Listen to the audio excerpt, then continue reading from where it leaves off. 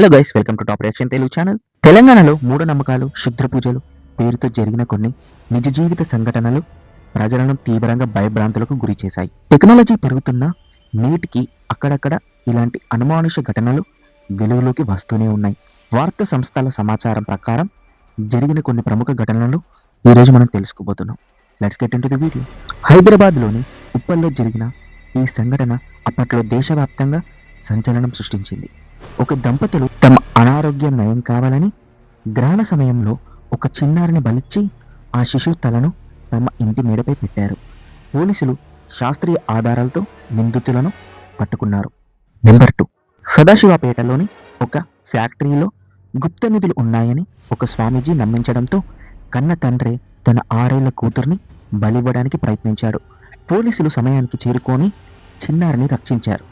పూజ స్థలంలో మాంసం, ఇతర క్షుద్ర పూజ సామాగ్రి దొరకడంతో ఆ ఊరంతా కలకలం రేపింది. నెంబర్ 3, రామయంపేట మండలంలో కాటారి గ్రామంలో ఒక మహిళ చేతబడి చేస్తుందనే అనుమానంతో గ్రామస్తులు ఆమెపై దాడి చేసి కిరోసిన్ పోసి సజీవ దహనం చేశారు. మూఢనమ్మకాల వల్ల జరిగిన అత్యంత దారుణమైన సంఘటనలో ఇది ఒకటి. నెంబర్ 4, జగిత్యాలలో ఒక యువ సాఫ్ట్వేర్ ఇంజనీర్ ఆత్మహత్య చేసుకుంది. ఆమె ఇంట్లో క్షుద్ర పూజలు జరిగినట్లు ఆనవాళ్లు కనిపించాయి. చేతబడి భయంతో లేదా ఎవరో మంత్రగల్ల ప్రభావంతో ఆమె ఈ నిర్ణయం తీసుకుందని కుటుంబ సభ్యులు ఆరోపించారు. నెంబర్ 5, దమ్మపేట మండలం కొమ్ముగూడెంలో ఒక మాజీ సర్పంచ్ రాత్రి వేళలో తాంత్రిక పూజలు చేస్తూ గ్రామస్తులను భయపెట్టిన సంఘటన ఇది. గాల్లో నిమ్మకాయలు ఎగిరవేయడం, రక్తం చిందించడం వంటి దృశ్యాలు సోషల్ మీడియాలో వైరల్ అయ్యాయి. నెంబర్ 6, మహబూబాబాద్ పుర్రెలతో పూజలు. డోర్నకల్లో ఒక ఖాళీ స్థలంలో మనిషి పుర్రె, నిమ్మకాయలు, పసుపు, కుంకుమలతో ఎవరు పూజలు నిర్వహించారని తెల్లారి అది చూసిన స్థానికులు తీవ్ర భయాందోళనకు గురయ్యారు. నెంబర్ 7, నల్గొండ అర్ధరాత్రి మైసమ్మ గుడి వద్ద పూజలు. అడవిదేవులపల్లి మండలంలో అర్ధరాత్రి సమయంలో మైసమ్మ గుడి ముందు ఒక జంతువును బలిచ్చి కాల్చివేసిన సంఘటన స్థానికులను భయపెట్టింది. నిధుల కోసమే ఇలాంటి పూజలు చేస్తారని పోలీసులు అనుమానించారు.